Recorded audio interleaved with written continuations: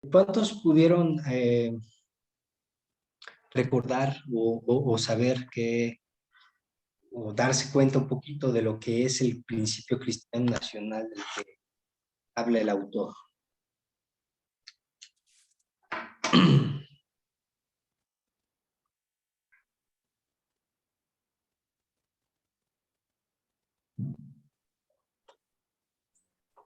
Bueno, en esencia, esto está muy relacionado con el origen de la nación sudafricana, el, el mencionado gentilicio esto de afrikaner, sí es afrikaner, ¿verdad? Y que ellos quisieron darle una connotación, pues, cristiana a la fundación de su nación, y que en función de eso iban a hacer funcionar toda su cultura. Eso es lo que entendí, ¿no? En un principio, el propósito de este principio cristiano nacional es que se viera a la nación sudafricana como algo que está basado en el cristianismo, una, un concepto que más adelante el autor pues menciona por qué está mal y cómo pudiera estar bien, y en eso se basa este capítulo. Eso es lo que yo entendí. Muy bien, ¿alguien más que haya dicho, bueno, esto es el principio cristiano nacional del que habla el autor y al cual está criticando en cierto modo? Bueno, de hecho también habla en un sentido de dos reinos. Y hay que recordar que el hermano, no recuerdo el nombre del doctor, que nos compartió la primera vez, el hermano nos hablaba respecto a este texto, de que la cultura africana, toda su vida es religión, toda su vida es religión. Entonces ahí hace un dualismo en cuanto a los dos reinos, pero tampoco hay una certeza en cuanto a qué postura adoptar frente a ello, porque hay quienes adoptan una y adoptan la otra, pero prácticamente la CN, que es Cristianismo Nacional, entiendo yo, lo que se busca ahí es implantar algunos principios calvinistas, pero también otra de las cosas que yo,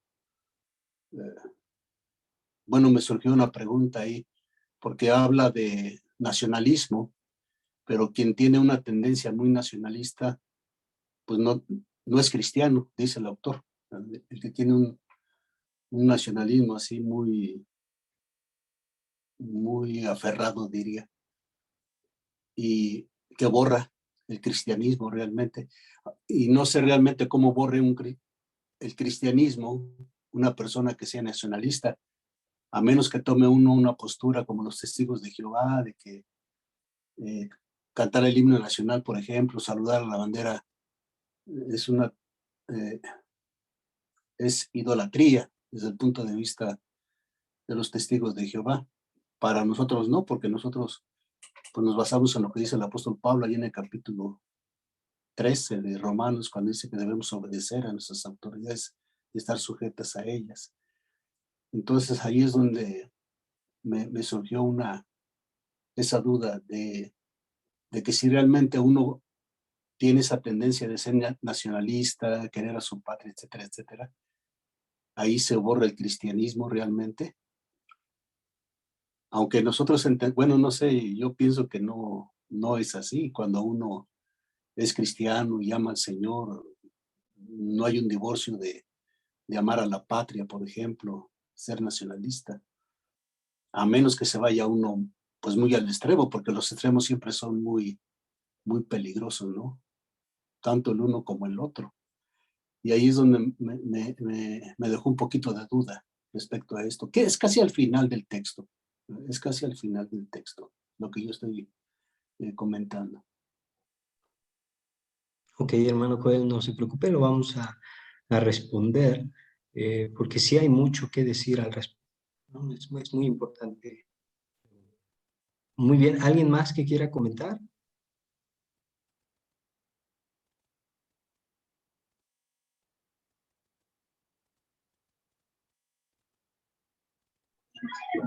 Yo al principio pensé que daba la impresión de que el nacionalismo cristiano era así como positivo, pero ya durante la lectura ya habla de los dos reinos, como decía el compañero. Entonces parece que dije, ay, no, perdón, algo está mal, está mal. Entonces ya fui corrigiendo durante la lectura. Pero sí, fue muy interesante realmente conocer que no, o sea, uno tiene, la vida tiene que ser solamente todo para la gloria de Dios, no tener dobles reinos inclusive, no sé, en nuestro país, en nuestra persona, en nosotros mismos. Tiene que ser un solo reino, que es el de Dios. Bien, hermana, muchas gracias por su comentario. Nos ayuda también a ahondar un poco más en lo que el autor nos quiso decir. Muy bien, bueno, vamos a entrar entonces a esta pregunta con la que comienza el autor Suárez. ¿Es calvinista el principio cristiano nacional o esta idea cristiano nacional que existe en Sudáfrica?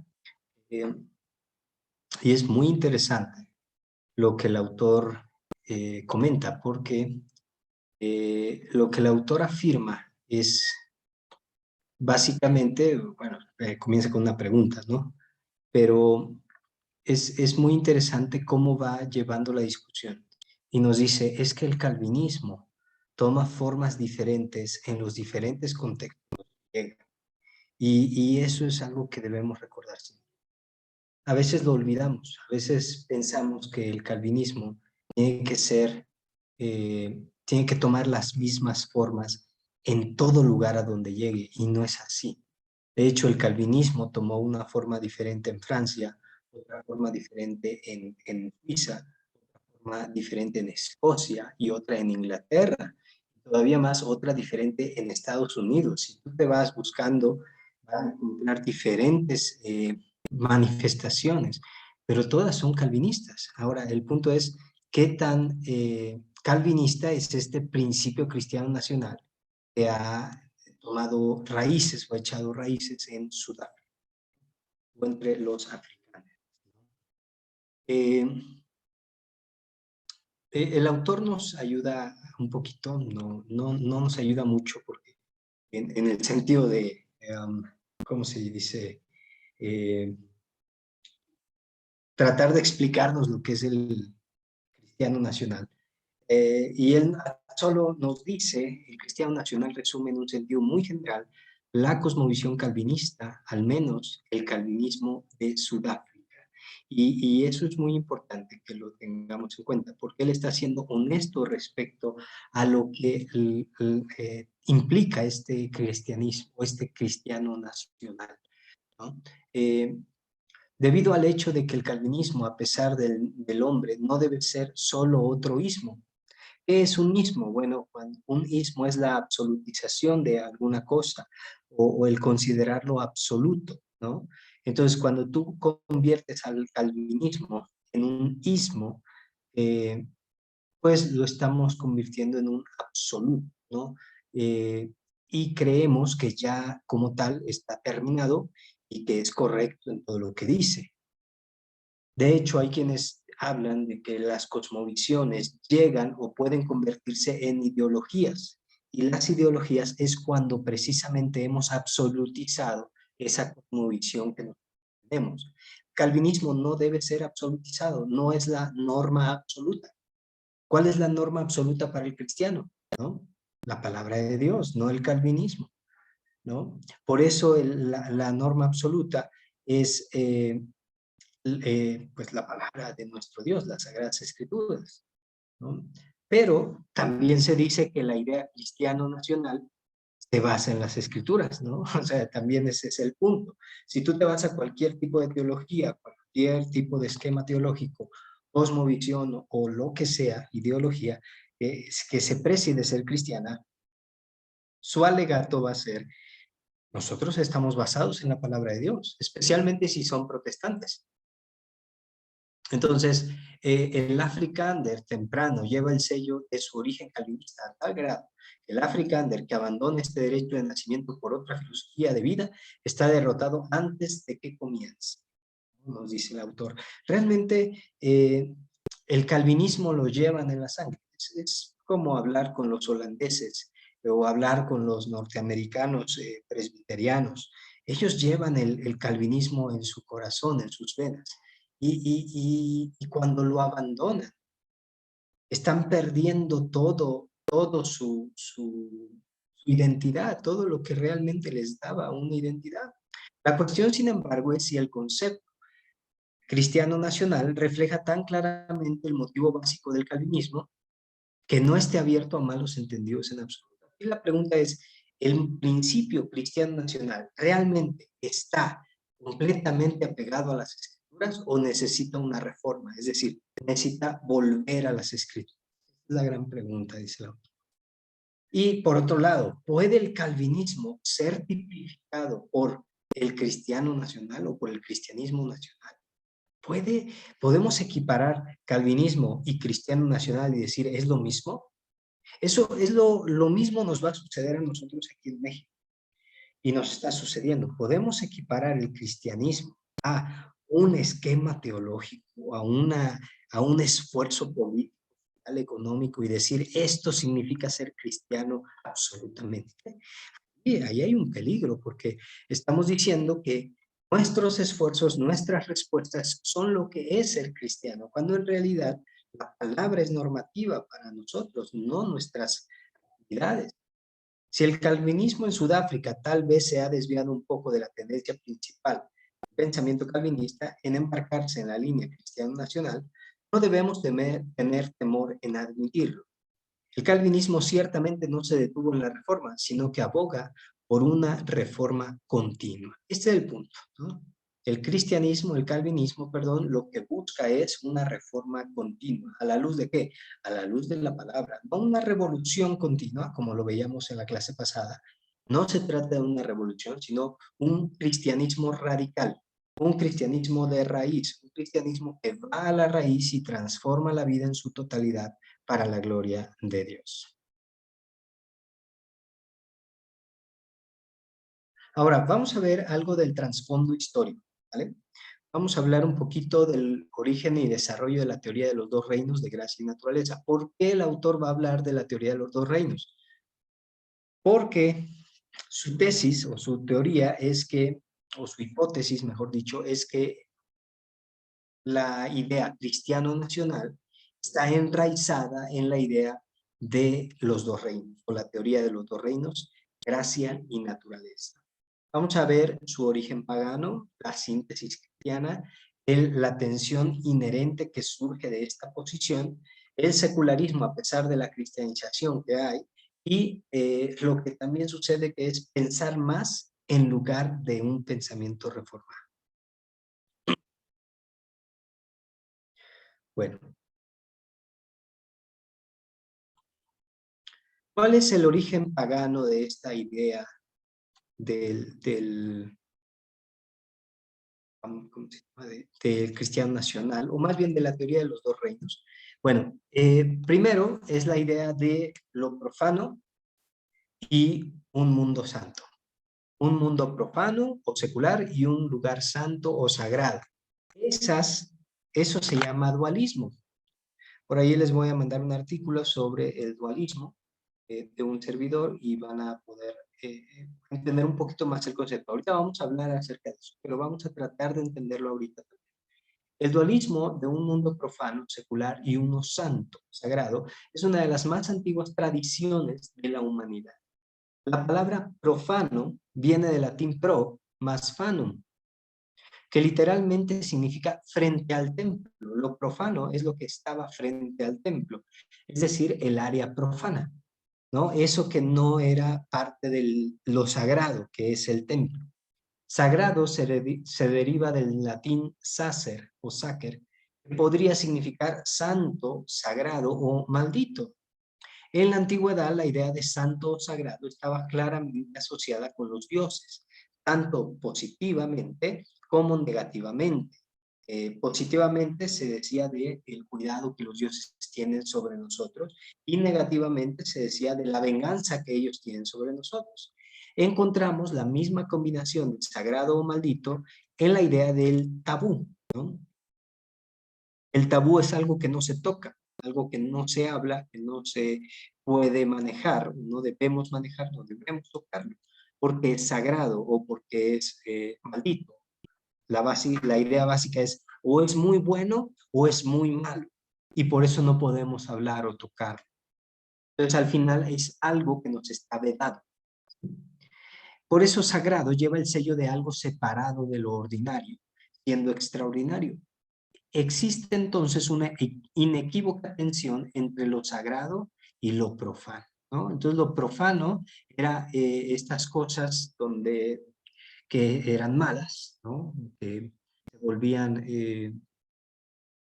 perdón, lo sagrado eran estas cosas que eran superiores, que estaban en contacto con lo divino y que tú como ser humano no podías tocar.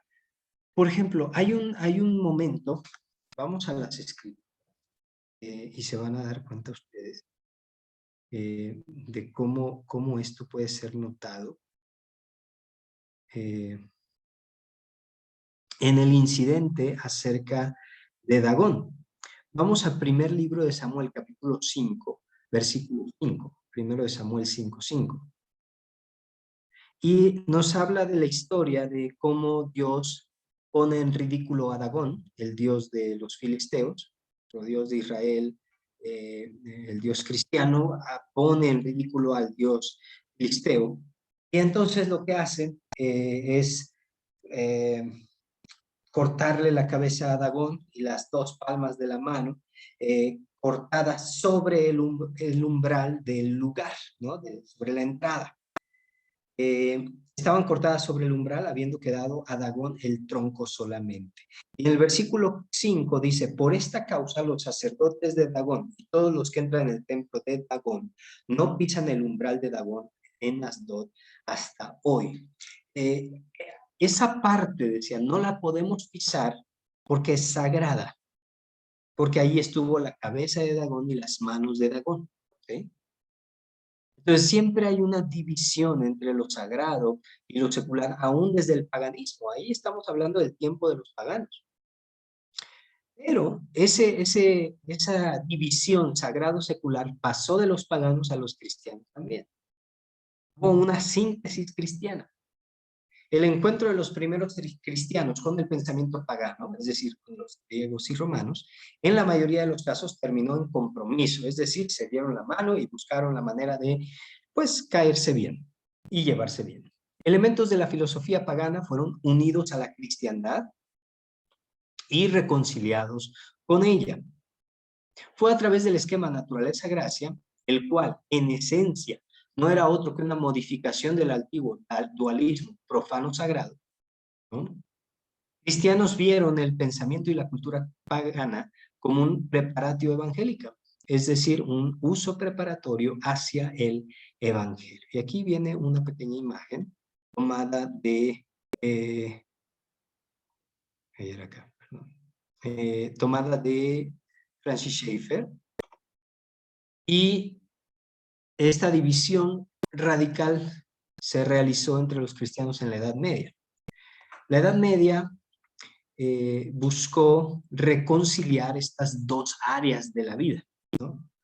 Gracia, por un lado, es lo alto, ¿no? Lo que está arriba, superior, y ahí es el terreno de Dios, de los cielos y las cosas celestiales. Ahí están los ángeles, ahí está el área de influencia de los ángeles, el área de influencia de los santos, ¿no? Lo invisible y su influencia sobre la tierra, el alma del hombre, y habla también acerca de la teología, las ciencias sagradas, ¿no? De hecho, en la antigüedad, hace no muchos años, se decía licenciado en Sagrada Teología. Hoy ya no se dice eso. Pero ese término, licenciado en Sagrada Teología, hacía referencia a que la teología es una ciencia sagrada, mientras que las otras son ciencias profanas, ciencias naturales. La ciencia de la teología es una ciencia sobrenatural, o por lo menos eso se creía en aquel entonces. ¿Pero por qué? Porque estaba esta división. Este tipo de división, sagrado secular, lo puede encontrar también en otro tipo de actos, ¿no? En otro tipo de acciones. Voy a leer un párrafo de una conferencia que di precisamente. Aquí está. Dice Hermann Doyever, bueno, este esquema hacía una división fundamental en la vida del ser humano en dos áreas. El área de la gracia, donde podemos encontrar todas las actividades espirituales que tienen que ver con Dios. ¿Qué tipo de actividades? Bueno, la fe, ¿no? La oración, la misa, la teología, el culto, etcétera, etcétera, ¿no? Recuerdo que una manera de decirlo es cuando estaban en la iglesia, a los jóvenes nos hacían esta pregunta, ¿no? A los intermedios nos hacían esta pregunta: ¿qué pasaría si Cristo llegara el día que tú estás en el cine? ¿No? Como diciéndonos que ir al cine es pecado o es algo menos sagrado que ir a la iglesia. El área de la naturaleza incluye toda la vida llamada secular, como el trabajo, el dinero, las diversiones, el gobierno. Todas estas cosas son parte de la división, ¿no? En la naturaleza, nos dice Schaeffer, encontramos la creación, encontramos la tierra y las cosas carnales, lo visible y lo que la naturaleza y el hombre hacen sobre la tierra, el cuerpo, por ejemplo, ¿no? Todo lo que es humano. Ahora, la gran pregunta es si el alma no es humana, si actividades espirituales no son actividades humanas también. Pero al final nos está comprometiendo una visión radical, pone a una visión integral de las escrituras, ¿no? Una visión integral de la vida diaria. Otra forma de ver el dualismo, hermanos, es en Primera de Timoteo. Vamos a Primera de Timoteo, por favor. Capítulo 4. Y esta porción siempre me gusta mucho que la leamos cuando hay este tipo de discusiones, el dualismo. Primera de Timoteo.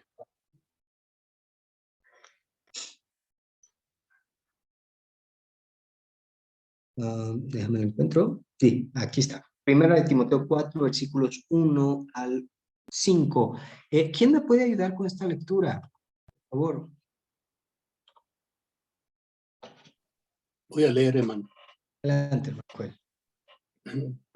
Pero el Espíritu dice claramente que en los postreros tiempos algunos apostatarán de la fe, escuchando espíritus engañadores y a doctrina de demonios, por la hipocresía de mentirosos que, teniendo cauterizada la conciencia, prohibirán casarse y mandarán abstenerse de alimentos que Dios creó para que con acción de gracias participen de ellos los creyentes y los que han conocido la verdad.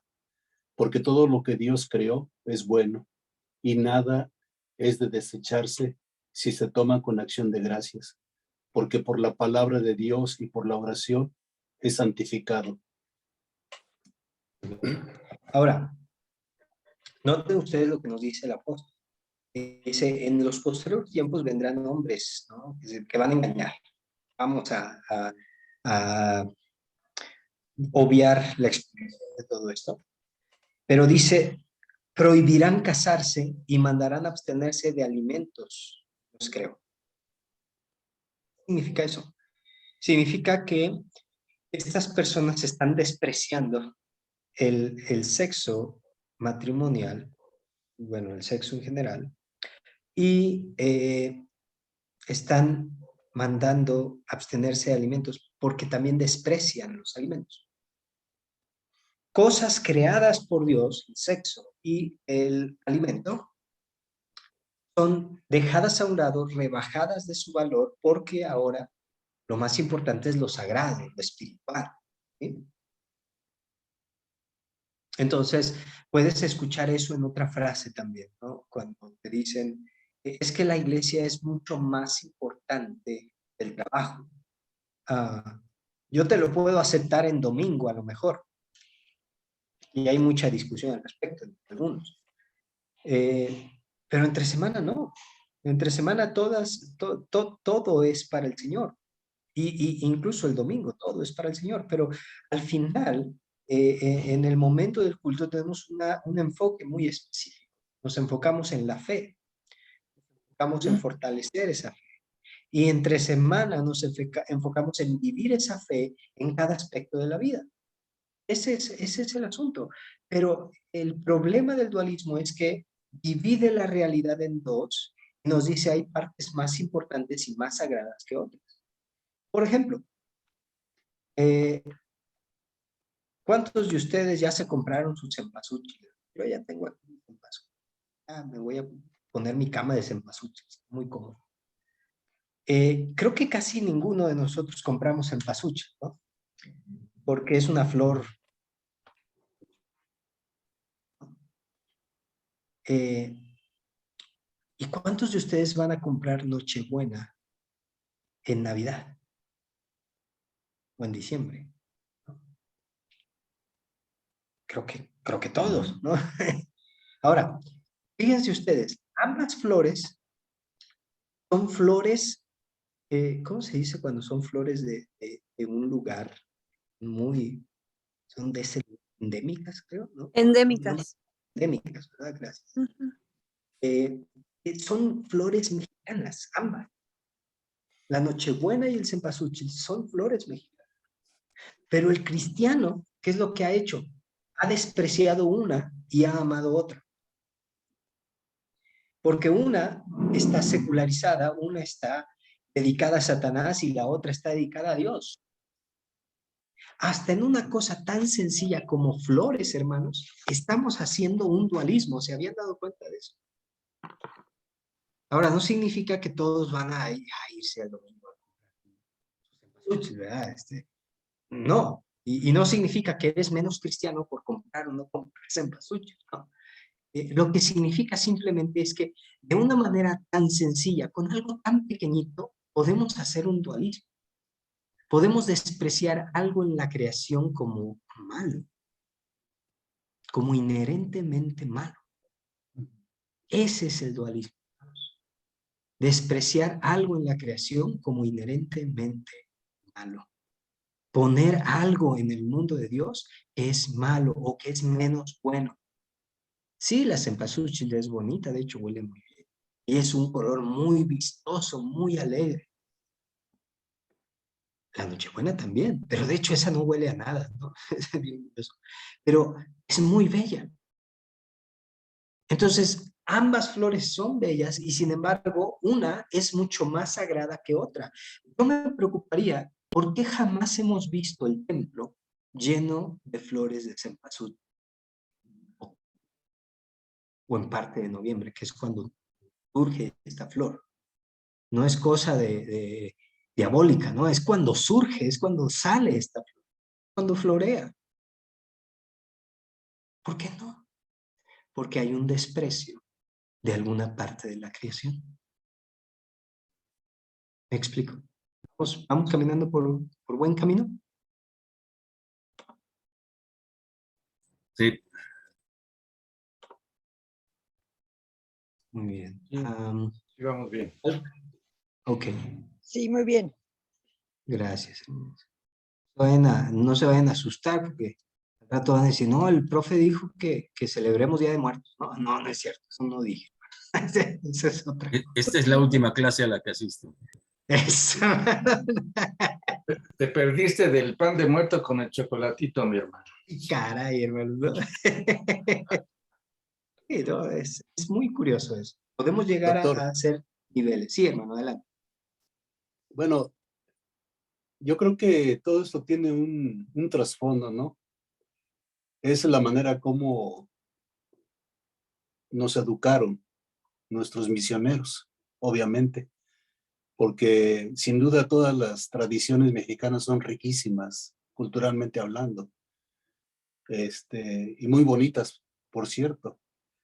Yo creo que aquí es donde, pues uno le piensa también, hermano, porque luego resulta que uno es piedra de tropiezo, ¿no?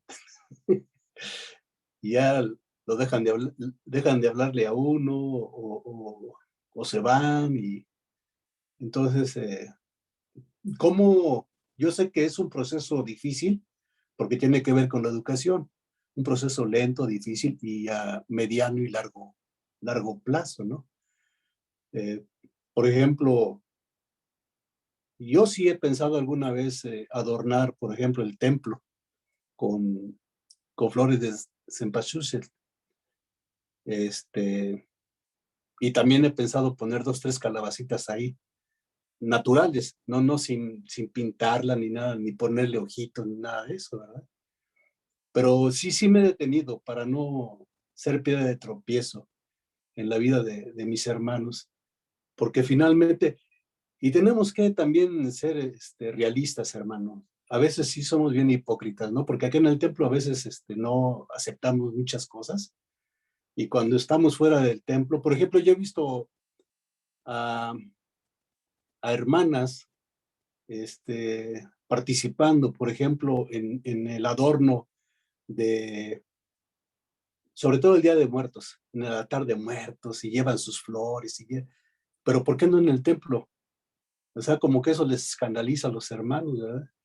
Entonces, yo pienso que ahí sí hace falta un poquito más de, no sé, de asesoramiento en la vida de los hermanos, hacerles entender que, pues eso no es malo. Por ejemplo, el Día de Muertos, hay familias enteras y hermanos que van allá a poner flores en los panteones, pero cuando están acá en el círculo evangélico, en el círculo protestante, como que no aprueban esa práctica.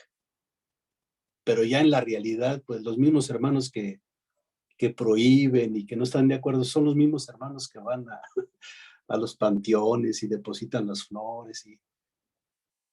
Yo pienso que eso es parte del dualismo también, pero ¿cómo terminar con eso, no? Por ejemplo, este texto está excelente, ¿no? Y así como lo está explicando, doctor, porque finalmente pues es creación de Dios. Sí, claro. De hecho, yo apenas estaba iniciando el proceso en la iglesia de, pues de dialogar al respecto, ¿no? De decirles, bueno, miren, ¿qué pasa con el cempasúchil, no? Ahora, en San Luis Potosí, y especialmente en la Huasteca Potosina, la celebración del Día de Muertos es una cuestión muy, muy fuerte, muy arraigada. Sí, Entonces, tiene un carácter pagano muy fuerte. Entonces, tenemos que ser muy cuidadosos también. De hecho, tenemos que combatir ese tipo de prácticas paganas. Hay mucho paganismo en esa zona. Ahora, lo que sí es cierto es que debemos limpiar, purificar la mente del cristiano. Pueda aprender a participar de la creación de Dios, de lo bueno del don de Dios, para poder disfrutar de él, ¿no? Estas flores son muy bellas. ¿Por qué no podemos disfrutar de ellas?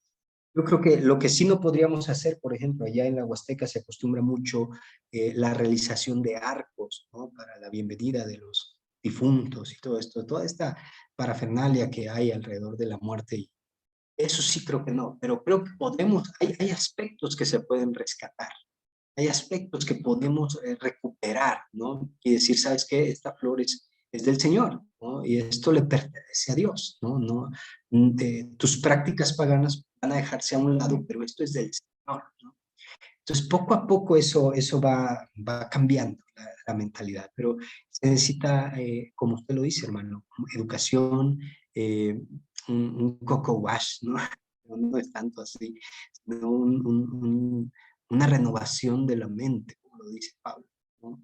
una conversión a Dios y ver al Señor como el Señor de todo.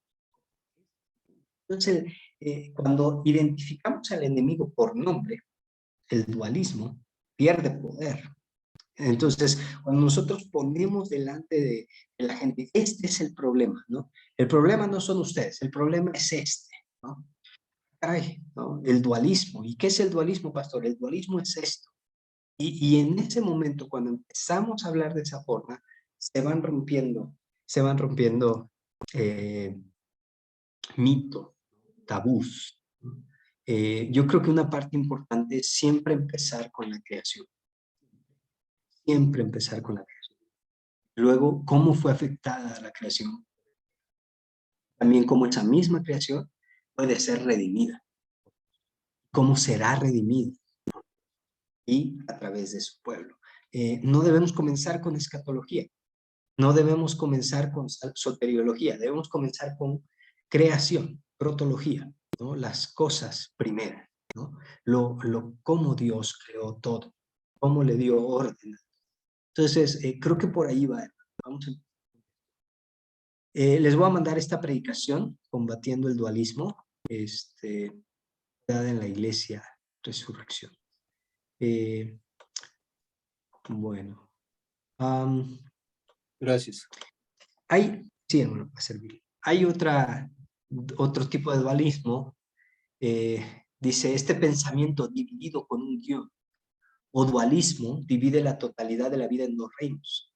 El hombre como hombre y el hombre como cristiano, ¿no? El físico, el aspecto exterior, y el aspecto espiritual, el aspecto interior. Dos partes. Las cosas terrenales y las cosas celestiales. Lo visible y lo invisible. El hombre ordinario, el santo. El matrimonio, el celibato. La industria, el monasterio. La universidad, el seminario. Esa es una forma muy, muy simple de verlo, muy sencilla. El dualismo se ve cuando hablas de una universidad donde estudias para la vida diaria, las carreras profanas o seculares, y el seminario donde estudias, te preparas para lo espiritual. La academia y la iglesia. El salón de clase y la capilla. Son dos cosas. La capilla no puede ser un salón de clases. El salón de clases no se vuelve una capilla, un lugar donde adoras a Dios. Hay que hacer una división entre estas dos. El estudio, que es importante, pero no es más importante que la oración. El emperador y el papa. La razón y la fe. Porque estas cosas las conocemos por medio de la razón. Esas otras son de la fe, ¿no? Leyes del hombre y los mandamientos de Dios. ¿Han escuchado esas divisiones que hacemos, no? Es que las leyes del hombre, esas son las que me están sujetando ahorita. Dios, ya cuando yo esté libre de estas cosas, yo ya voy a poder dedicarme a Dios, ¿no? Y voy a poder seguir sus mandamientos, ¿no? Así podemos hacer una división de la realidad, una división radical en la realidad. Pero a la vez que hacemos esta división se manifiesta también una tensión inherente, ¿no les parece? Porque dentro de este punto de lo sagrado y lo profano, siempre va a haber tensión. Lo sagrado va a quererse imponer sobre lo profano, pero lo profano también va a quererse imponer. Siempre vamos a estar viendo algo como menos importante que lo otro. A pesar de todo, la unidad entre las dos esferas siempre deberá mantenerse de acuerdo con los defensores de esta teoría. La vida inferior, la natural, es el trampolín esencial para alcanzar la esfera superior. Por otro lado, la forma inferior de existencia también necesita de la forma superior, porque esta última es el perfeccionamiento de la anterior. Lo espiritual o cristiano no suprime lo natural ni tampoco lo reforma, sino solamente lo perfecciona o completa. ¿Cuántos de ustedes se acuerdan de la canción de La Bamba? ¿Ya se las canté la otra vez? No, ¿verdad? No, no hemos cantado La Bamba aquí. Vamos a cantarla. No. Si ustedes recuerdan la canción de La Bamba, hay una parte en la que dice que para subir al cielo se necesita una escalera grande y otra chiquita. Y arriba ya. Fuera de las connotaciones que pueda tener esta frase, las escaleras te están dando una idea de perfeccionamiento, ¿no? Voy a subir, ¿no? Y voy a subir en la escalera grande. Pero ¿qué crees? No puedo llegar hasta el cielo. No puedo llegar hasta el cielo. Necesito algo más. Necesito una parte más pequeña, una ayudadita. Y en este caso, los 7 peldaños de la Iglesia Católica. Los 7 sacramentos. Ahora, si tú te fijas, esa escalera pequeña es pequeña, pero te va a dirigir a donde está Dios.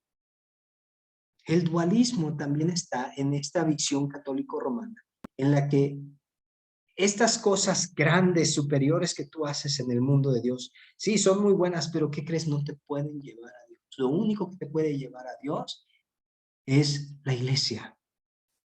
Esa región sobrenatural, esa parte superior de la vida. Si tú estás en contacto con la iglesia, estás en contacto con Dios. Por eso, no sé si ustedes sepan, pero cuando la iglesia, cuando tú compras una medallita, no puedes, esa medallita no tiene contacto directo con el santo que hayas elegido, ¿eh? No nada más porque compras, trae la imagen ahí del santito. Es que puedes orar y agarrarla y el santito te oye. No, no, no, señores. Tienen que hacer un exorcismo y una bendición a la imagen. Porque la naturaleza no es suficiente.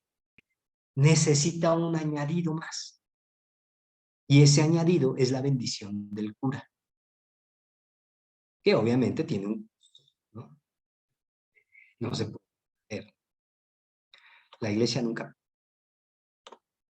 Ahora, esa tensión inherente nunca va a desaparecer. Siempre va a estar ahí. Siempre van a estar en constante conflicto y siempre van a estar que la naturaleza hace algunas cosas, pero lo que es imposible para la naturaleza lo hace la gracia. ¿Sí? Ahora, sin embargo, a pesar de que el cristianismo pues, se vio como una visión de tipo potencializar la naturaleza, a pesar de que el cristianismo era visto como algo que te puede llevar cerca de Dios y por tanto no debes alejarte de él.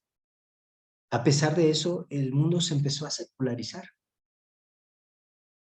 A pesar de decir, bueno, lo natural no es suficiente, necesitas algo más. Bueno, tú necesitas a Dios, necesitas a la iglesia, necesitas al cura. Pero la idea no le pegó a muchos, no le gustó a muchos. De hecho, si ustedes se fijan, llega el momento en el que si alguien te está dando una gran cantidad de dinero, más bien, no si alguien te está dando una gran cantidad de dinero, sino si tú estás siendo una persona autosuficiente, que puedes por ti mismo, ¿por qué voy a necesitar esa pequeñísima cantidad de dinero que alguien me quiera dar? Lo mismo es con la gracia y la naturaleza. Si la naturaleza puede hacer todo lo que es importante en la vida, comida, vestido, absolutamente todo, y no necesita de la iglesia, entonces, ¿para qué ocupo esas cosas sagradas? Mejor vamos a secularizarnos y vamos a hacer una política según el mundo, vamos a hacer una economía según el mundo, vamos a hacer una sociedad según el mundo. A pesar de la conexión entre estas dos esferas, lo espiritual y lo natural, ellas siguen siendo dos reinos diferentes. El inferior es neutral, lo natural pues, y no se ocupa de lo espiritual. Y por otra parte, es difícil que lo espiritual tener voz en el terreno de lo profano, porque la Biblia, la iglesia y la religión han sido elevadas al nivel superior. ¿Qué tiene que decir Dios, la Biblia, la iglesia, si al final ellos están en un terreno espiritual superior, ajeno al mundo real? La actividad cristiana en el plano natural no es posible y no es necesaria. La política cristiana, por ejemplo, es una contradicción de términos, porque o es política o es cristiana, porque la política, recuerda, es un asunto mundano y el que no cansa no avanza. Mientras que lo cristiano es superior, es espiritual. Entonces la política no tiene nada que ver con el cristianismo. La reforma radical real de la sociedad queda entonces excluida. Una eclesiastización superficial de la escuela, el Estado, por ejemplo, sería posible de acuerdo con la enseñanza de los dos reinos. De manera que una escuela de la iglesia o un Estado eclesiastizado nace. Podríamos tener eso. ¿Qué fue lo que pasó en la Edad Media, por ejemplo, con los estados eclesiastizados, ¿no? Donde el cardenal Richelieu, por ejemplo, de los Tres Mosqueteros, novela de los Tres Mosqueteros, tenía igual poder o hasta más poder que el rey de Francia. O hoy también, donde las iglesias tienen o quieren establecer escuelas cristianas. ¿Por qué una iglesia debe tener una escuela cristiana? Es una contradicción también. Sí debe haber escuelas cristianas, estoy de acuerdo, pero no dirigidas por iglesias, porque muchas veces las iglesias ven a esas escuelas cristianas como solamente un sustento económico, ¿no? Cristianizar de esta manera, hacer que la iglesia esté por encima de todas estas cosas, sería únicamente como echar aceite sagrado, perfumado, sobre lo que es maloliente y pagano. Una sabrosa salsa, dice el autor, sobre un plato de hongos venenosos. No estás haciendo ningún cambio interno, simplemente estás aderezando ahí arriba, ¿no? Por último, pensar más en lugar del pensamiento reformado. ¿Qué quiere esto? Bueno, se refiere a que muchas veces lo que hacemos es profundizar más en las cosas que hay en lugar de buscar un pensamiento reformado acerca de esas cosas. Tristemente, mucho del cristianismo lo que hace es tomar las cosas tal y como existen y adaptarlas al cristianismo. Por ejemplo, la psicología. ¿Qué es lo que se hizo por mucho tiempo? Hablar de una psicología cristiana era hablar de una, ¿cómo se llama? No una reforma interna de la psicología, sino propiamente de tomar los avances de la psicología moderna y ponerle algunos textos bíblicos ahí. Pero eso no es una psicología cristiana. Eso es simplemente una psicología con textos bíblicos. No es cristiana. El asunto es que cuando usted es cristiano, no es igual, es transformado, no externamente, internamente. Y empieza un proceso de transformación, de renovación interna, que te lleva a rechazar ciertas cosas en tu vida. Ya podemos ver a lo mejor a alguien que se convierte radicalmente y deja todos los vicios, pero ese no es el común denominador. Eso no es lo que pasa siempre. De hecho, entre muchos cristianos, eso no es lo que pasa. Porque uno siempre escucha esos ¿cómo se llama? Testimonios, ¿no? De gente que Dios los transformó, los renovó, y sí, son ciertos, pero ese no es mi testimonio. Eso no fue lo que me pasó a mí. No sé si a ustedes les haya pasado eso. ¿Qué pasa con los cristianos que nacen en iglesias cristianas y que nunca han tenido una experiencia de conversión a ese grado? Vamos a dudar que son convertidos. Es decir, a lo que me refiero es una persona que antes era alcohólica, drogadicta, que iba de mujer en mujer o de hombre en hombre, etcétera, etcétera, y que de repente Dios viene a su vida y lo transforma. ¿Y qué pasa con el cristiano que siempre estuvo en la iglesia desde pequeño hasta una edad suficiente para tomar una decisión según la gracia de Dios, y que nunca tuvo esa experiencia de conversión traumática, ¿no? ¿Vamos a juzgar su vida, su relación con Dios de esa forma? No. El cristianismo hace un cambio interno y va, o empieza el cambio interno y empieza y continúa, perdón, haciendo que ese cambio vaya saliendo, como cuando arrojamos una piedra en un lago, un charco, ¿no? Ya no sé si hemos ido a un lago, yo no he ido a un lago, pero cuando arrojamos la piedra en algún lugar y esa piedra cae ahí en esa agua y se hacen ondas, ¿no? Y van saliendo, van saliendo. Bueno, el cristianismo es así. Eso es lo que debe hacer el cristianismo. Poco a poco ir permeando toda nuestra vida, pero no lo hace desde una forma radical y abrupta. Lo hace poco a poco. Bueno, cuando decimos pensamiento reformado, nos referimos a que nuestra capacidad de entender la realidad, entender el mundo de Dios, se ajuste a lo que Dios dice en su palabra. Y así ese evangelio llega a nuestras vidas y va impactando poco a poco y va transformando no solamente nuestra manera de vivir, también nuestra manera de pensar.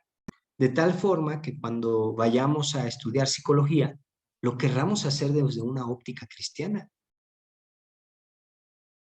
o economía, ¿no? Pero, ¿qué es lo que hace el dualista? Meterse más en la ciencia secularizada y no decir, aquí hay un problema. Sí vamos a estudiar la ciencia secularizada, pero vamos a ver dónde se desvió del don de Dios, dónde se apartó del camino. Y vamos a hacer que esa ciencia secularizada regrese al buen camino.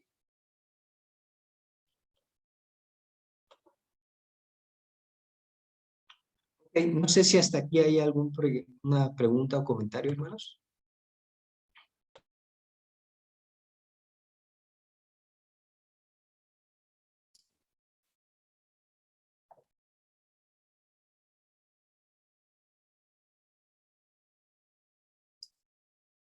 No, en mi caso no. Gracias.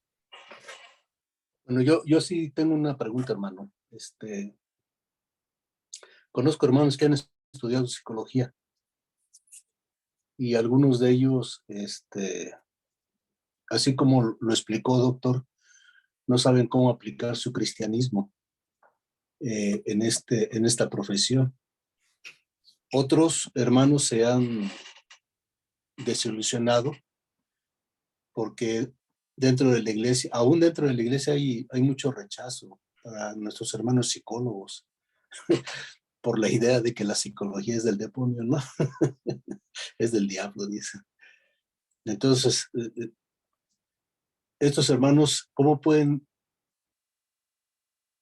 aplicar esos conocimientos a principios bíblicos que realmente edifiquen o sean de bendición para la iglesia y que ellos puedan realizarse como profesionistas sin sentirse rechazados, señalados? Porque desgraciadamente a estas alturas todavía hay hermanos que no aceptan muy bien a nuestros hermanos psicólogos, por alguna razón, no sé cuál sea, pero sí han batallado y algunos desanimadones ahí siguen yendo a la iglesia, participando, pero siempre con señalamientos, ¿no? Y eso pues sí pues es un poquito complejo porque hay quienes sostienen que, y a lo mejor yo estoy equivocado y puede ser cierto que la psicología que se enseña en las universidades pues está lejos de tener principios bíblicos, por supuesto, ¿verdad? Pero ¿cómo compaginar y apoyar a nuestros hermanos psicólogos para que de alguna manera puedan realizarse en su profesión sin ser señalados?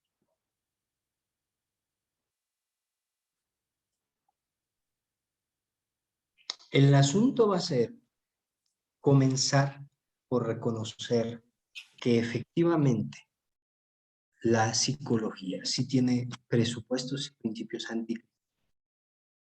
Creo que eso es lo primero. El punto es que a veces el mismo psicólogo cristiano no se da cuenta. El psicólogo que es cristiano no se da cuenta y no lo acepta. Entonces, lo primero que tiene que hacer es reconocer esa realidad. Volvemos al punto de creación, caída, redención. ¿Cómo fue creado la psicología? Por Dios, humana. ¿Cómo ha sido distorsionada por el pecado? ¿Cómo ha sido redimida en Cristo? Y el asunto aquí es que cuando un psicólogo que es cristiano, pero que no tiene una psicología cristiana, se hace estas preguntas, realmente no tiene respuestas, porque no sabe cómo responderlas, como bien lo ha dicho. Entonces, lo primero que tiene que decir es cierto, he pecado, ¿no? He ido en contra del Señor y he hecho cosas que le desagradan. Ahora, hay unos principios muy interesantes en la consejería centrada en el Evangelio que están desarrollando nuestros hermanos de Tim Keller y todo este movimiento. Es una idea muy interesante, ¿no? Y creo que son avances promisorios. El punto es que ellos también dicen que no es psicología cristiana, ¿no? Que es consejería bíblica. Bueno, es una forma de decirlo. Yo les decía a ellos, no, es psicología cristiana, nada más que ustedes no quieren que se llame así. Y ellos me respondían diciéndome, bueno, ustedes los reformacionales siempre quieren que todo se llame cristiano. Digo, bueno, sí, también estamos mal nosotros. Pero todo esto es parte de la reforma necesaria que necesita, perdón, la psicología, ¿no? Por eso debemos involucrarnos en este tipo de estudios, de cosmovisión, de reflexión, de ir profundizando en estas áreas de la vida. No lo hemos hecho. Ahora, ya hay avances, hermano. Por ahí hay un psicólogo que se llama De Graaf, que es de la línea reformacional. Hay otros tantos, William Owen, A Christian View of Psychology, escribió, y creo que ya está traducido al español, no lo recuerdo. Una visión cristiana de la psicología. Creo que ya está. Entonces, creo que podemos empezar a dialogar desde una óptica de mejor forma. Sí, hay que empezar por aceptar la crítica y por criticar también a esa psicología. ¿Y quién va a tener más poder para hacerlo? El mismo psicólogo ha sido renovado por el Evangelio. Le agradecería si me pasa la bibliografía para pasársela o comprarles el libro a los muchachos. Claro, hermano, con mucho gusto. Gracias. Ahí hubiera que ir un pastor como usted, que nos comprara los libros, ¿no? Esto está padre. Muy bien. Hay que ayudarnos. Claro que sí, amén. Sí. Bueno, estaba aquí buscando el sermón para que no se me olvide enviárselos. Bueno, si no hay más comentarios, vamos a entrar a lo cristiano nacional. ¿Qué pasa con esta idea de cristiano nacional? Lo primero, ¿qué enfatizan las personas o estos cristianos cuando dicen cristiano nacional? ¿A qué se quieren referir? Bueno, en primer lugar, el orden de las palabras. Ellos enfatizan el orden de las palabras y dicen, cristiano nacional o perspectiva cristiana nacional, es importante que entendamos, dicen ellos, que lo cristiano es primero que lo nacional. Lo cristiano es más importante que lo nacional. Entonces, mi identidad es ser cristiano antes que mexicano o africano en aquel contexto. Y lo que sucede es que enfatizaron ese orden de las palabras. Pero la gran pregunta aquí, incluso dice el autor, hay quienes quieren, aclarando que lo cristiano es más importante que lo nacional, quieren que lo cristiano aparezca en letra mayúscula, cristiano con C mayúscula, y lo nacional con N minúscula, ¿sí? Entonces, como diciendo, hay algo que es más importante que lo otro. En este caso, lo cristiano es más importante que lo nacional. Citando al autor, dice así.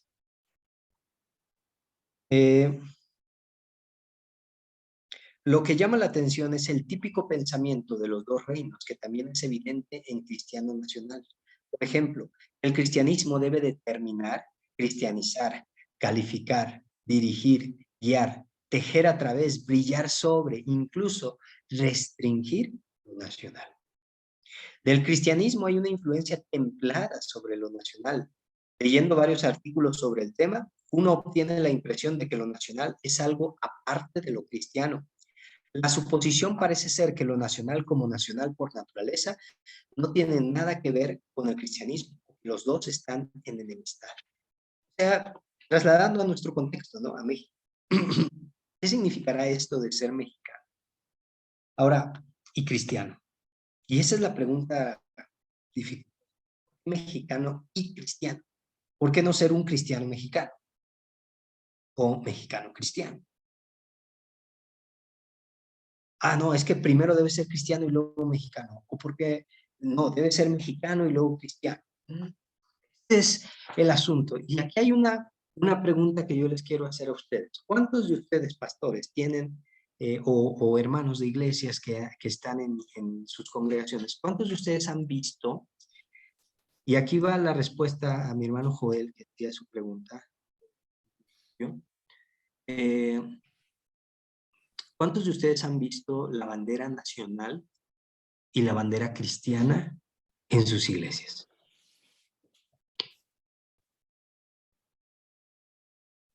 Hermano Joel, usted tiene... ¿No? Pues sí, Co- efectivamente. Todos, ¿no? Sí, gracias a Dios. Sí, tenemos las dos, hermano. Sí, todos tenemos las dos banderas. ¿Y se acuerdan en las escuelas bíblicas de vacaciones? Sí, El están bien juramento las a la bandera cristiana y el juramento a la bandera de México. Sí. Y aquí vamos a otro punto. Tengo que jurarle lealtad a dos cosas.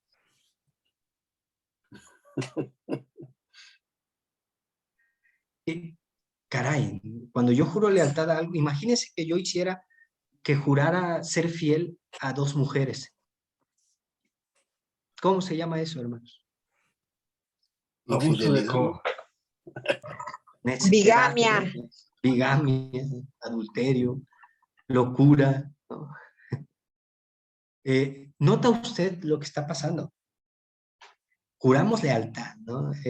Juro lealtad a la bandera de México, ¿no? Y a la república que representa. Esa era una traducción del juramento a la bandera de Estados Unidos, por cierto, ¿no? Pero bueno, fuera de eso no importa. Pero es un juramento. Y luego, en nuestra Constitución de la Iglesia Nacional viene así. Debemos tener la bandera de México aquí y la bandera de la Iglesia acá, ¿no? Una de un lado y la otra del otro, para que se sepa que nosotros somos leales a la nación y que somos leales a Cristo.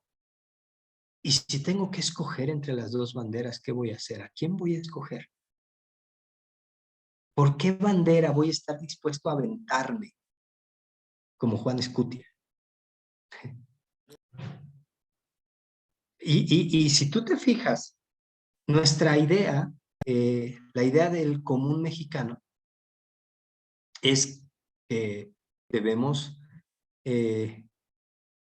bancarrota, dice mi esposa, acerca del matrimonio, ¿no? Lo que sería dos matrimonios, sería bancarrota. Sí. Entonces, yo siempre me pregunto, ¿cómo le hacen esas personas que tienen dos esposas y dos familias para mantener esas dos? No, es una cosa bárbara. Bueno, entonces, el punto aquí central es, manifestamos una fidelidad dividida. Queremos ser leales a México y queremos ser leales a Cristo. Y luego el juramento a la bandera, ¿no? Hermano Joel preguntaba un poquito acerca de esto, o por lo menos su pregunta me llevó a esta cuestión del juramento a la bandera. ¿Realmente el juramento a la bandera es tan necesario?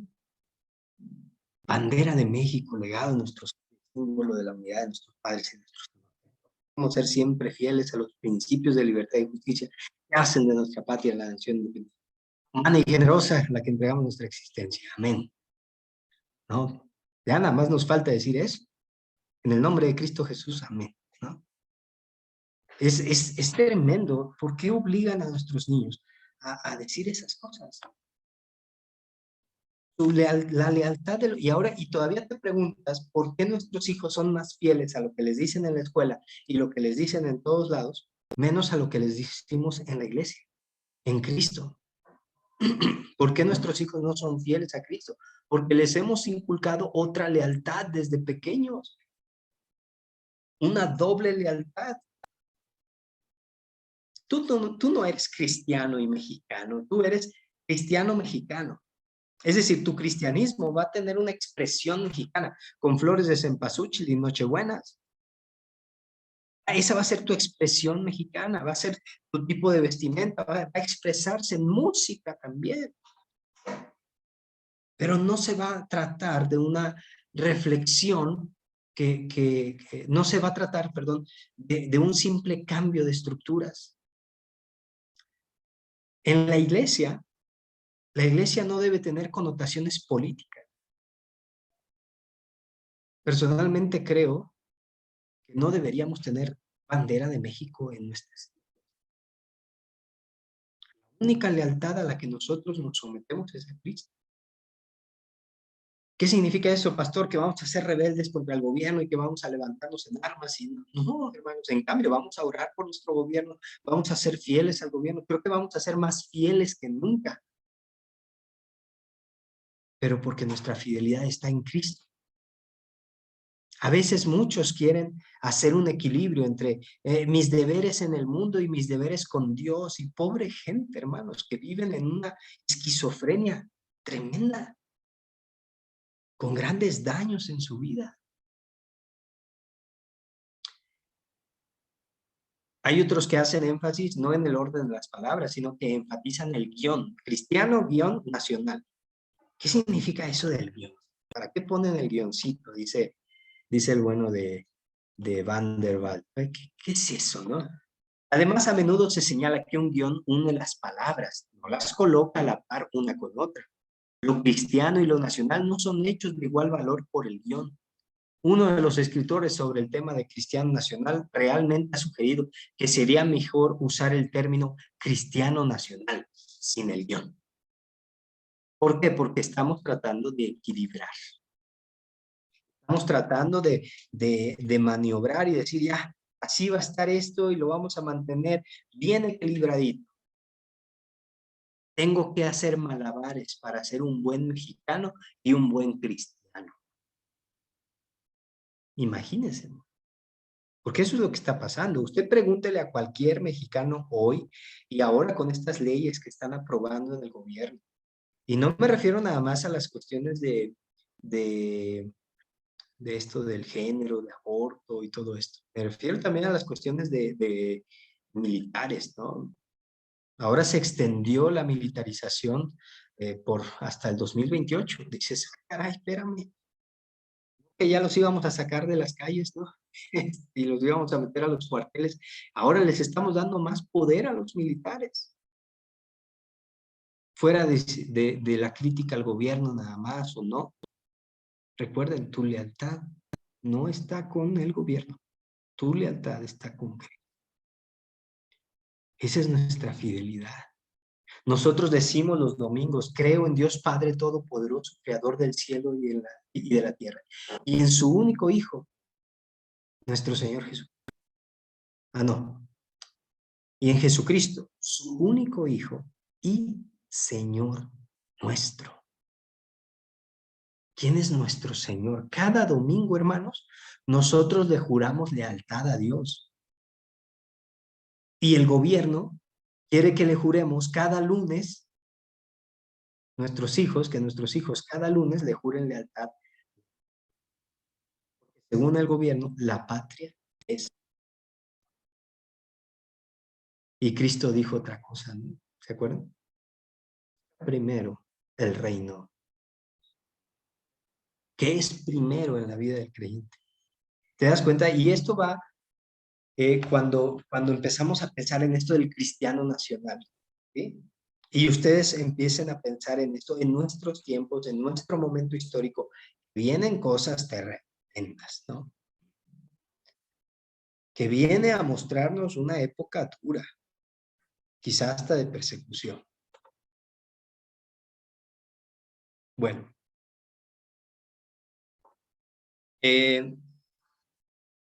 cuando uno está atrapado en el piso superior de la gracia, rápidamente baja las escaleras a la naturaleza nacional. Y cuando uno es acusado de habitar permanentemente y exclusivamente en la planta baja, se apresura al primer piso, asomándose por una ventana superior para refutar la acusación. ¿Qué significa esto? Esto es el difícil equilibrio. Porque cuando nosotros empezamos a... perdón. ¿Sí? Hermano Guillermo, ¿quería comentar algo? No pasa. No, no se preocupe. Adelante. Cuando nosotros, por ejemplo, cuando alguien nos acusa de que somos muy espirituales y de que solo nos enfocamos en las cosas de Dios, damos un brinco porque estamos en las cosas de arriba, en la gracia. Entonces damos un brinco, o mejor nos bajamos las escaleras y bajamos al terreno de la naturaleza y decimos, no, mira, yo también me preocupo por la política, ¿no? O no, mira, yo también me preocupo por los asesinatos de mujeres. O no, mira, yo también me preocupo por lo que sea, que esté en la agenda pública, ¿no? O al revés, cuando te dicen, no, es que tú estás muy enfocado en estas cuestiones políticas, públicas, económicas, sociales. Entonces, lo que tú tienes que hacer es enfocarte también en las cosas espirituales. Entonces, dicen, no, yo también oro, yo también leo la Biblia. Brincamos al piso de arriba y nos asomamos por la ventana y decimos, no, mira, aquí estoy orando, como Daniel. Era político y oraba. Entonces, te das cuenta cómo siempre tratamos de estar manteniendo un equilibrio que no tenemos. Porque estamos cayendo en esta teoría de los dos reinos. Estamos cayendo en esta teoría de que hay dos realidades, una más grande y superior espiritual que la otra, que es inferior, material y no espiritual.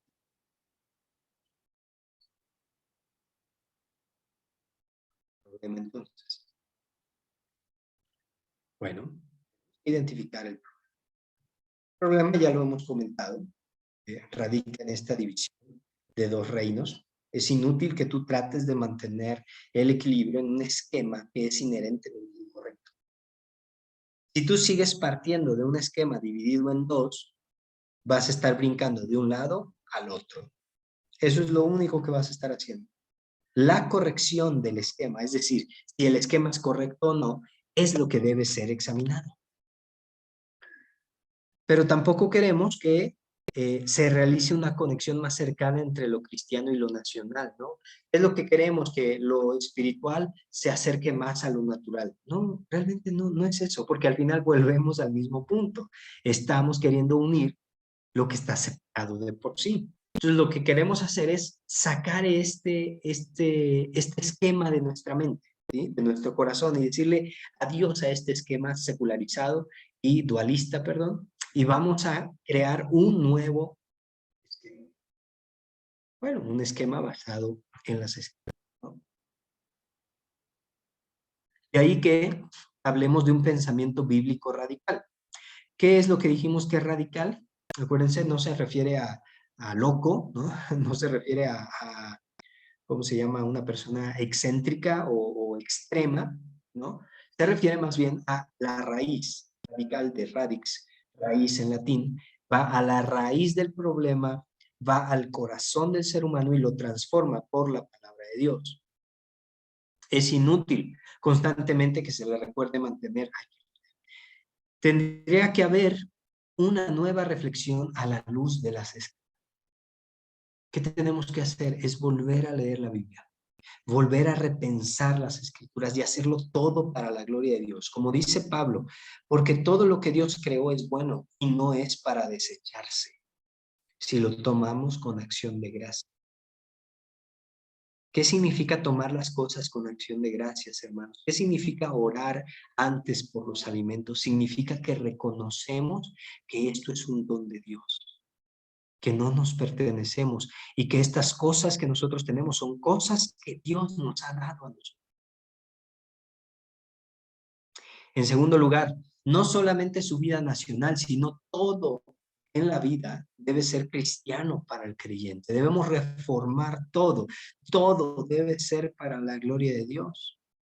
El ir a jugar con nuestros hijos, el estar en comunión con nuestra esposa o esposo, el tener una actividad recreativa en la vida. Eso también es para la gloria de Dios. Ya lo dijo Pablo en 1 Corintios 10:31. Sea que coman o beban o hagan cualquier otra cosa, háganlo todo para la gloria de Dios. Vamos. ¿Comentarios, preguntas hasta aquí, hermanos?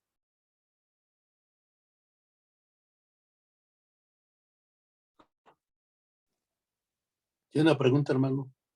Sí, hermano. En su estancia allá en Valles, en su labor pastoral, hermano,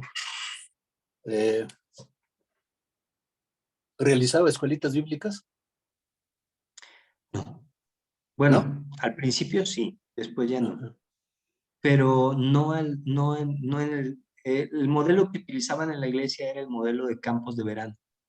Ah, ok. Pero también dejé de hacer campos de verano. ¿Por qué?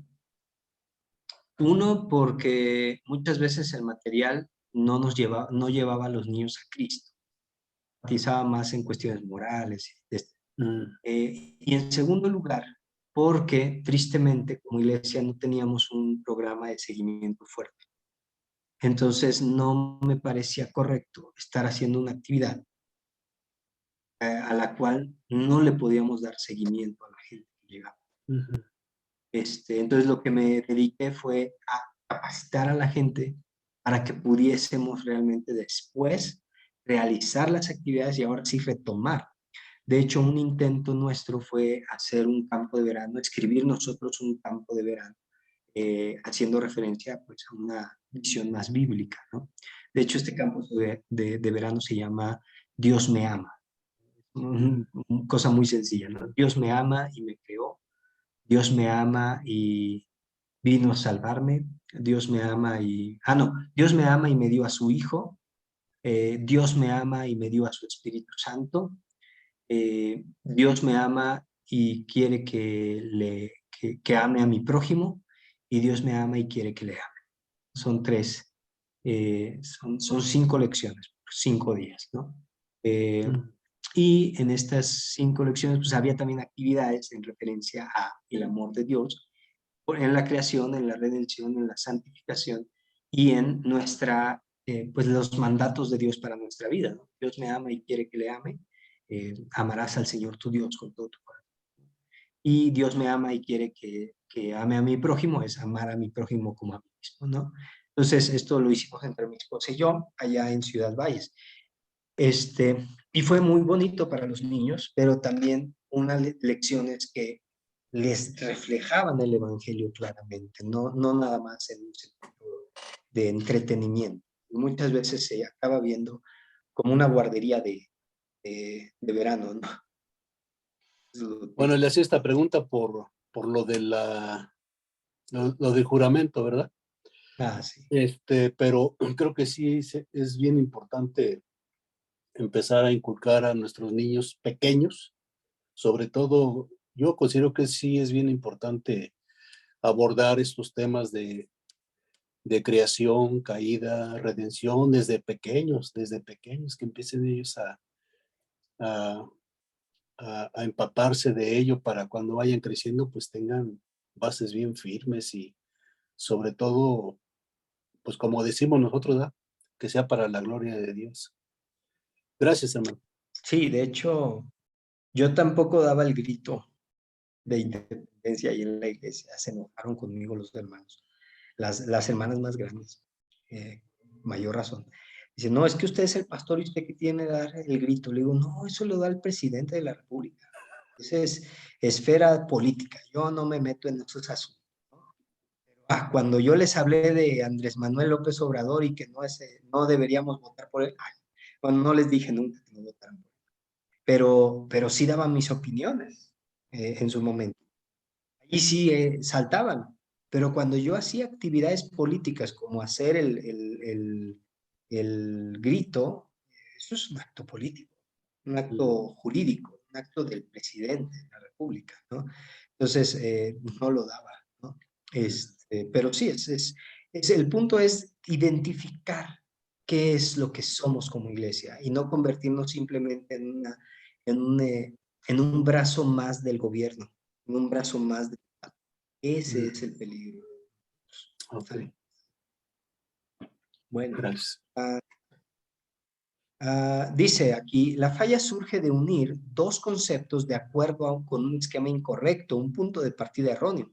Ambos, cristiano y africáner, se deteriora fácilmente, ya sea cristiano o africáner. Preferimos hablar de un africáner cristiano. Por la misma razón, no nos referimos a ambos cristiano y científico, o ya sea cristiano o científico, sino un científico cristiano. Esto es brevemente lo que significa pensamiento bíblico radical. Vamos a hablar de ingenieros cristianos, de músicos cristianos, ¿no? Vamos a hablar de políticos cristianos que tienen una visión de la vida en su totalidad para la gloria de Dios. Esto significa que la totalidad de la vida, incluyendo la llamada nacional, es renovada radicalmente desde las raíces y no solamente es etiquetado cristiano desde afuera. Lo que es cristiano no se encuentra arriba ni al lado de nuestra vida para cristianizarla, sino que debe funcionar como una levadura en todos los aspectos de la vida. ¿Se acuerdan del reino, la parábola del reino de la medida de levadura que fue oculta en la masa? ¿Pero qué pasó? No se leudó nada más el cachito donde estaba la levadura, sino que la levadura acabó leudando y haciendo que se esponjara toda la masa. Esto es lo que debe hacer el cristianismo, no solamente una parte de la vida para Dios, sino toda la vida para el Señor. Y vamos terminando, hermanos. Ir más tempranito. De conclusión, soy plenamente consciente, dice el autor, del hecho de que a medida que el calvinismo se desarrolló en diferentes naciones y países, por ejemplo, Estados Unidos con los puritanos, Inglaterra con algunos puritanos, pero más bien en la iglesia anglicana, en Escocia con los presbiterianos, en Holanda con los romanos y Sudáfrica con los africanos. Aparecerán diferencias regionales de énfasis. Esto es muy importante y es algo que surgió esta pregunta al final de la lectura que yo estoy dando del estudio. Bueno, ¿cuál fue el énfasis que llegó a México mismo? El calvinismo que llegó a México tuvo un énfasis anticatólico y moralista. Anticatólico por lo que, pues ya sabemos, le tiramos al Papa, le tiramos a la Iglesia Católica desde que llegamos. Y segundo lugar, moralista. El cristiano no bebe, el cristiano no baila, el cristiano no se divierte. El cristiano es una persona muy seria y amargada. El mexicano es guapachoso por naturaleza. Entonces, el asunto es que allí nos vemos confrontados. ¿Cómo es el mexicano en realidad? ¿El mexicano o el mexicano cristiano? Es maravilloso que la cosmovisión calvinista no revele una uniformidad monótona en todo el mundo, pero puede tomar color local sin perder sus primeras intenciones. La pregunta seria es, sin embargo, si la idea cristiana nacional adoptada por los calvinistas en Sudáfrica era correcta en principio, y si no está abierta, a pesar de las buenas intenciones, a malentendidos. Entonces el autor nos deja con la perspectiva de que sí tiene algo de cristiano, Pero ¿es calvinista del todo esta visión? No. Dice el autor, no, no es calvinista del todo. Tiene una visión de dos reinos, una división de la realidad en dos, donde hace un énfasis en lo cristiano, que es lo sagrado, lo espiritual, mientras que lo nacional es un poco más secular. El punto que dice el autor es, desde el interior, reformar toda la vida para la gloria de Dios. Bueno, preguntas finales, hermanos, comentarios finales. No sé si se aclaró un poquito la lección con esto.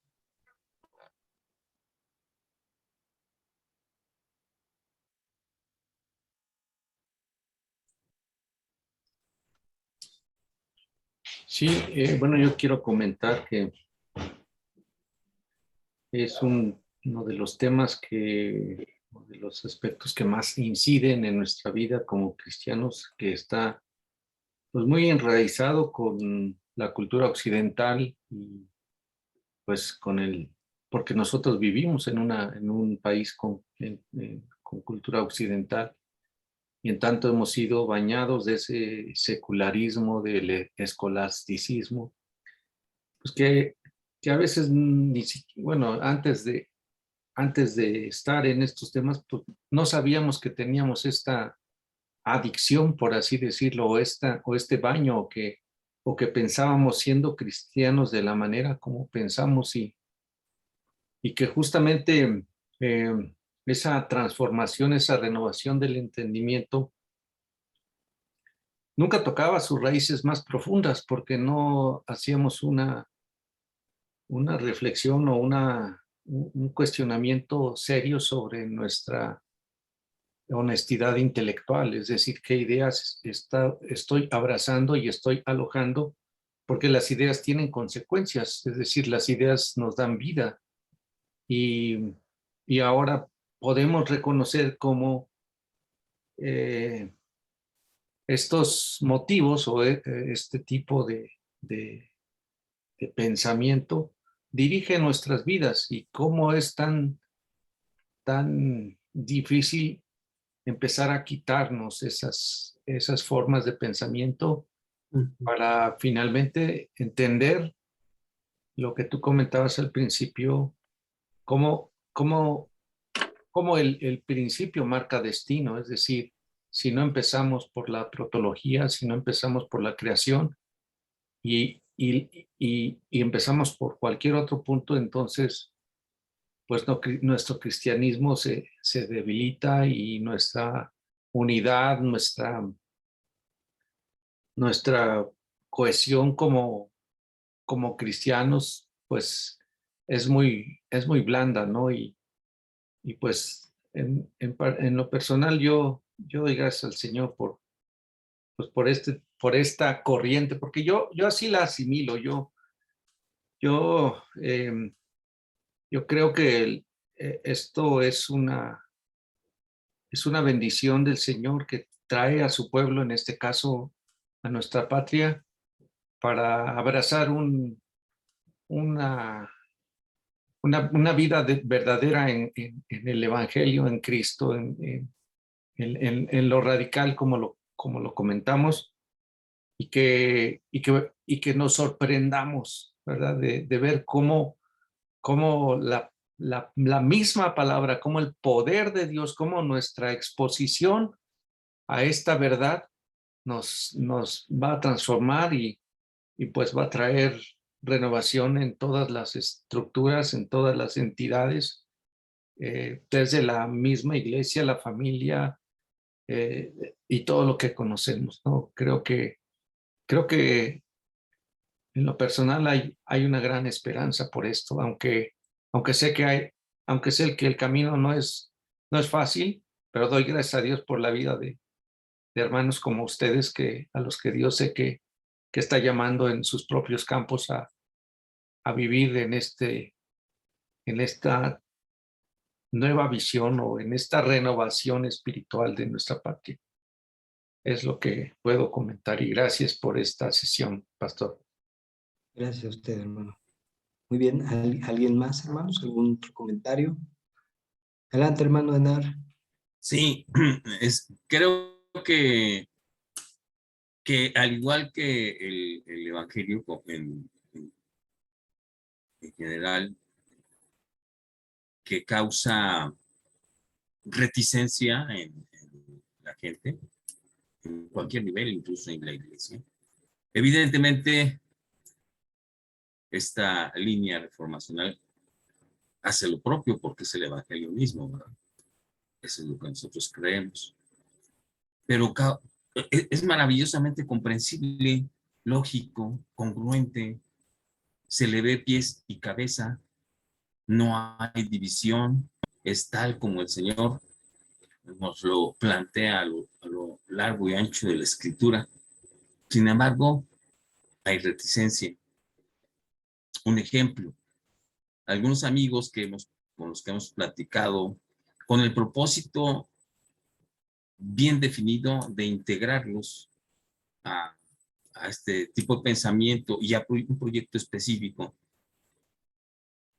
Algunos de ellos con muy buena preparación académica también, cristianos, que quien quiera que diga son unos cristianazos, pero además tienen los grados académicos necesarios para ser respetados en sus comunidades, y en sus comunidades no tan solo académicas, sino en la eclesiástica. Cuando les platicamos de esto, diciendo, muy interesante, esto es un proyecto para la vida. ¿Pero qué voy a hacer? Me decía un par de investigadores. Voy a llegar al laboratorio con mi Biblia en la mano. Literalmente, ¿verdad? Pero no están dispuestos, aunque lo entiendan, porque la declaración de que es un proyecto para la vida, que es un proyecto que absorbería sus vidas, no están dispuestos a renunciar a lo que ya tienen. Y lo que sucede con ellos también sucede con los cristianos, aunque no tengan un grado académico, pero creen o se sienten, platicábamos hoy en la mañana, productos terminados. Ya, no los muevan de aquí. Aquí está, el Evangelio se sigue predicando, la gente sigue llegando a las iglesias, así que no hagan olas. Y creo que ahí está el desafío para nosotros, ¿verdad? Si a nosotros nos parece tan convincente, tan maravillosamente comprensible, pues entonces que el Señor nos mantenga con ese entusiasmo para no tan solo compartirlo, sino para actuar en congruencia y desarrollar esas comunidades profesionales especializadas como las que mencionaba nuestro hermano pastor, ¿no? De psicólogos, a los que les llevemos esos textos y entonces, a ver, aquí está un empujoncito, aquí está la forma en que podemos transformar, no transformar, sino regenerar la ciencia de la psicología. Entonces, creo que estamos en la postura adecuada de seguir recibiendo este tipo de ayuda, ¿verdad? Por eso estamos aquí, para seguir animándonos, ¿verdad? No hay nada, cuando cada vez que escuchamos algo nos damos cuenta, el Señor nos empuja y nos confirma, nos afirma y nos confirma que esta es la postura más congruente, bíblicamente hablando, ¿verdad? A pesar de las fallas y los defectos de los reformadores, no hay otra visión más elocuente respecto a la explicación, a la exposición del Evangelio que invade, que debe permear todas las áreas de nuestra vida. Entonces, creo que entre más nos acercamos a esto, no vamos a encontrar un solo punto que nos diga, caray, esto está medio raro. Caray, aquí, esto que nos están diciendo como que no checa. No, al contrario, cada vez que escuchamos más y más, el Señor nos va afirmando y confirmando. Y pues igual, como comenta Guillermo, pues nos felicitamos de poder asistir y estar en este tipo de acercamiento y enseñanzas a lo reformacional, que no es más que un acercamiento a una enseñanza completa del Evangelio, envolvente a toda la vida. Ese sería mi comentario. Muchas gracias, hermano. Creo que un punto central del que estamos llegando a este momento es precisamente entender que debemos involucrarnos en las diferentes áreas de la vida para la gloria de Dios. Ahora, cuando digo diferentes áreas de la vida, no significa que todos en todas las áreas vamos a poder hacer una reforma, ¿no? Es cada uno o los grupos de hermanos en las diferentes áreas que les corresponden hacerlo. Yo soy teólogo y estoy en la teología y estoy proponiendo a mis otros hermanos teólogos y hacer reforma con teología. Pero están los psicólogos, están los abogados, están los arquitectos, bueno, todos ellos en comunidad, hacer reforma, ¿no? Hacer transformación de la realidad. Yo creo que es algo que debemos comenzar a hacer, ¿no? Y que no debemos temer presentar la verdad de Dios. Quizá no lleven la Biblia allá al trabajo en físico, pero que la lleven en el corazón, ¿no? O que de perdida la lleven en el celular, ¿no? Ya de perdida la aplicación. Pues sí, ¿no? Pues que no tengan miedo, pues ahí en la aplicación nadie se va a dar cuenta, pero ese es el punto, que ellos puedan empezar a asimilar la palabra de Dios para sus vidas diarias. Bueno, si no, vamos a perdernos y nunca vamos a poder realizar. Pero bueno, ¿algún otro comentario, hermanos? ¿Dudas?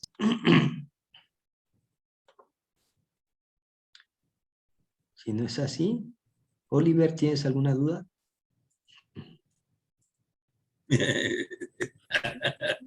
Sí, ¿a qué horas vamos a merendar? ¿Es el momento de la cena, Oliver? Unos taquitos. Aunque sea. Excelente. Muy bien, hermanos. Pues vamos a terminar con una oración, hermanos. Dar gracias a Dios. Voy a enviarles por ahí el archivo de la predicación sobre combatiendo el dualismo y también les voy a enviar ahí lo de psicología cristiana. Está en inglés, pero creo que el libro ya está en español. Pero el autor Gracias, viene hermanos. ahí y va a ser muy, muy bueno. Entonces, para que lo consideren, ¿sale? Vamos a Señor, hermanos. Gracias. Padre, te damos muchas gracias por tu amor, gracias por esta oportunidad de dialogar, gracias por la oportunidad de conocer más acerca de tu reino, de tu justicia, Señor, y poder así buscarlo como la prioridad en nuestras vidas. Te rogamos, Espíritu Santo, que nos uses para poder traer la reforma a nuestro país y que podamos ser sal y luz como nos lo pides. Gracias por mis hermanos presentes, los ausentes que verán la grabación posteriormente. Señor, te damos gracias por la oportunidad de estar juntos en armonía para la gloria de tu nombre. Te lo rogamos, Señor, en el nombre de Jesús. Amén. Muy bien, hermanos. Hoy nos falló pues, el fotógrafo estrella. no vino el fotógrafo. ¿Supiste, Eunice, si le pasó? ¿Vale? Tuvo visitas. Oh, ya.